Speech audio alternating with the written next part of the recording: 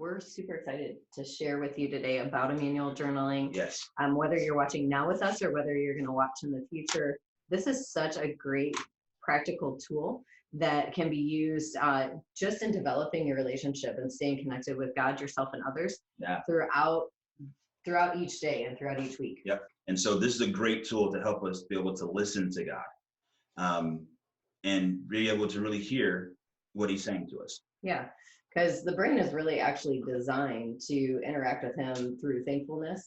And if we can learn how to experience that thankfulness in our bodies, it actually transforms the way that we function. Yeah. So where it talks about in scripture, renew your mind, it isn't just about think new thoughts and move on with life. Right. It's actually about practicing and attaching those thoughts to and experiencing those thoughts in your body. A lot of people have a historical sense of what God's doing in their lives, but very few of them actually have a sense of what God is doing today and having that daily present interaction with him. And this tool for us has been such a revolutionary thing to teach us how to do that. So we want to practice this rhythm with him where we are understanding what he's thinking, not just in a historical sense where we read the word and we're like, oh, okay, that's what he said a long time ago. Or even he did that for me once. Right. Yeah. Or he did. Yeah. I remember that experience 10 years ago where I encountered him and I knew he was really real to me, or I knew how he felt about me, but I don't remember today exactly how he feels about me. And I think too, when we read scripture, sometimes we'll have encounters where it's like that scripture comes alive and you know immediately like the Lord is speaking to you and you hear him really clearly, which is amazing. And then there's other times where you read the scripture and you're not getting that same thing. But part of that does have to do with your relational circuits being on. And part of that does have to do with the practice of being tuned into him. Like we know when you go through seasons where it's like you hear God everywhere you go and everything you see, you're just like, oh yeah. And then you can hear him say stuff about it. And then there's other seasons where it feels like he's just completely absent. Initiating this practice of Immanuel journaling helps keep that rhythm in place. And so it keeps us tuned into the Lord. So where's the Immanuel process? Where's the concept, or Immanuel journaling? Where's the concept coming from? Because it's actually scripturally based, right? It comes from Exodus 3, Moses in the burning bush.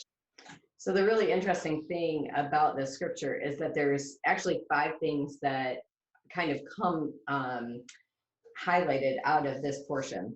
So the Lord said to Moses, I have seen the misery of my people in Egypt. So the first step of Immanuel journaling is, I see you. I have heard them crying out because of their slave drivers. The second step of Immanuel journaling is, I hear you. And I'm concerned about their suffering. And the Lord was sharing with Moses, I really get how hard this is for you to witness. And I'm concerned too. I'm right there with you.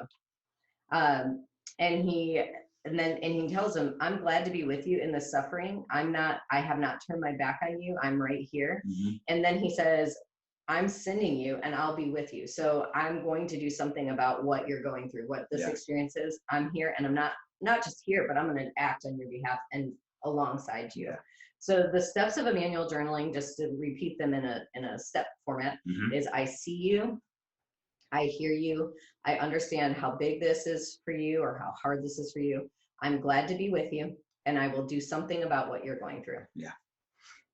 So as we go into Immanuel journaling, and a lot of times, even in just everyday life, we have the question we always ask, is God with us? Well, we know that he'll never leave us or forsake us. And that, and he's always with us. So the question really isn't, is he with us? The more accurate question is, are we aware that he's with us, or do we perceive his presence in this moment? Yeah, I would say I don't always. I think I can go through a pretty big majority of the day sometimes and forget that he literally is right beside me. So if we don't take that time and make this a daily practice to where we're consciously thinking about that he's with us in this moment, then we become disconnected with him over time, right? Like just like when you're with your spouse, when you forget that they're actually with you in life, and you're for you, and you're not like, you're over there doing this and I'm over here doing this, and we share a lot of things, right? We can share a lot of things with God, very practical things, right? And know that, he's our provider, know the different things. But if we're not interacting with him and having that realization and experience of he's actually really present here. Yeah. Different story. Yeah. Life is lived with this gap. Mm-hmm. So as we move on, so the purpose of Immanuel journaling is just a simple method to improve our awareness of God's presence and understand his goodness and how he sees and knows us. Another one is learning to connect with God daily, moment by moment. So again, remembering that he's in this moment. He's not just in the past. He's not just going to be in the future, but he's with us right now. And he's moving right now, and he's speaking right now in this moment. And then it also helps us to become securely attached to God, which is hugely important, especially when we're out there on our own. We feel like people aren't for us or not with us. If we know that we're attached to God because we've had this practice and this, again, that library of experience with him that we can draw back on, then we know we're connected to him. That isn't 10 years ago. Right. Like this morning, yesterday. God and I talked, and I heard him say to me, it's going to be okay. It reshapes and reframes the whole day. To know that it wasn't 10 years ago I experienced, and the Lord told me, this is what you're going to do, or I have a vision for you, or I have a plan for your life. And I knew that back when I was a teenager and experienced something with the Lord. But he reminded me again yesterday that I have a purpose for you.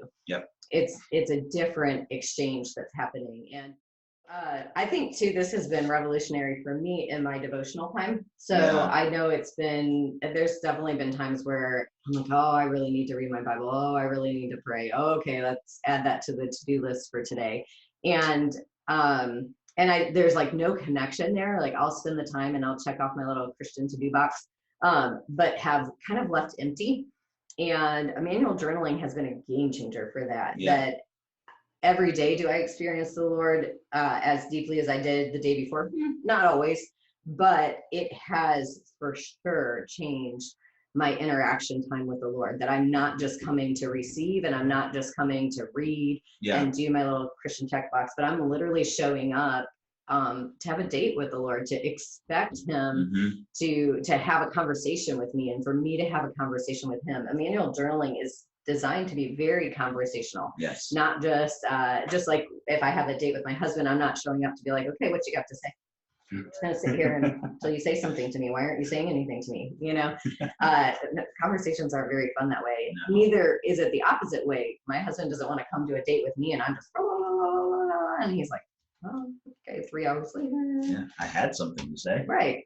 And I wanted you to know that I'm here with you in the midst of your challenge, Janelle, but you didn't even give me a word of an opportunity to say anything. No space to jump in. So the goal of this process isn't necessarily to have a lot of words on paper, right? It's about you connecting with the Lord in the way that he connects with you. This is just a tool to provide the opportunity for that. And there's no pressure. Like you're not performing for anybody. You're literally having a conversation, and it's just about what is the Lord saying to me, and what and how am I hearing that and writing that down.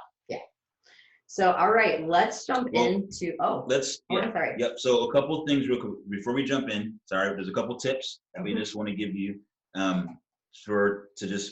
keep in mind as we're going through this. So the first one is it's conversational. This isn't like I'm telling you something and you're telling me. This is a conversation. So think about a conversation that you'd have with a good friend, or with your spouse, or with someone that you enjoy being with. So just having a conversation with them. So what does that look like? What would that sound like? Right. So because you're having a conversation with the Lord. Yes. No pressure. Yep. No need to perform, no religious rights or wrongs here. Just literally talking to him and listening to him talk back. And what would they notice in the middle of the conversation? So the Immanuel journal, it should flow. So don't think too much. You're using your right relational brain, not your left thinking brain. So you're not trying to problem solve. Right. We're not computing here. No, we're being relational.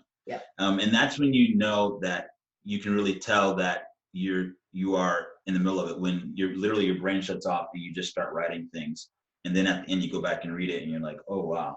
As soon as you try to analyze what you're writing, you've stepped outside of the conversation. Interaction with the Lord. Then you're trying to create it yourself. So when Tennyson was talking about having a conversation with a good friend and what would they know and what would they notice, we kind of skipped over that, but think about sitting at coffee with a friend and you're sharing something with them. they're going to pick up on things like your Yeah. body language. They're going to pick up on the words that you're using typically. They're going to pick up on your facial expressions. They're not listening to you from a cold place. They're listening to you from an exchange. An And so intimate remember, place. that's what the Lord is doing. He's looking at you. He's sharing that space. He's watching your body language. This isn't, he's not an invisible God, and you're not invisible to him. So he's sitting with you. Just think about you sitting down to coffee with the Lord, and you should be and you're going to have an opportunity to see what he actually notices about you. And so what you write resemble what a good parent would say to their children after being touched by their children's gratitude. Yeah. So this shouldn't feel like an exchange from someone who's upset with you or frustrated with you. The Lord is not. No. I mean, we as humans have done a lot of really poor things. We have not stewarded the earth well. Yeah. We have not stewarded our relationships well. This is not a surprise to the Lord. He has not left us yet. He still is in full pursuit of us. He is. You know, it's so crazy how, I mean, even today in the midst of this pandemic, I don't know about you, but I have sensed the Lord at work. Yeah. And he is working to restore us to Eden. And that's what I love, is that he's working to restore us to that intimate relationship with him. And that doesn't have to be for eternity. Like, we don't have to wait for that. No. We can actually experience it today. Again, the present. Even through this tool. Yeah, but again, it goes back to that understanding the present interactive experience with the Lord. Yep. So not future, not past, but the present. What's really another thing that's really important, and that's really a way to help just solidify what the Lord has done, is just to go back and read it over to yourself. Yeah, actually out loud. Out loud to yourself, or out loud to someone, a spouse or a good friend that you can share this with, because that's going to just really solidify it within yourself. And it also, which is another amazing part of this, is that this could also be an encouragement for somebody else. Yeah. And there's actually, again, back to the brain science piece and the body piece, reading it out loud actually reconnects all those pieces of what you just experienced that was very internal. It creates this external re-experience. Yeah. And especially if you can experience it with somebody else, it creates a full experience out of this. So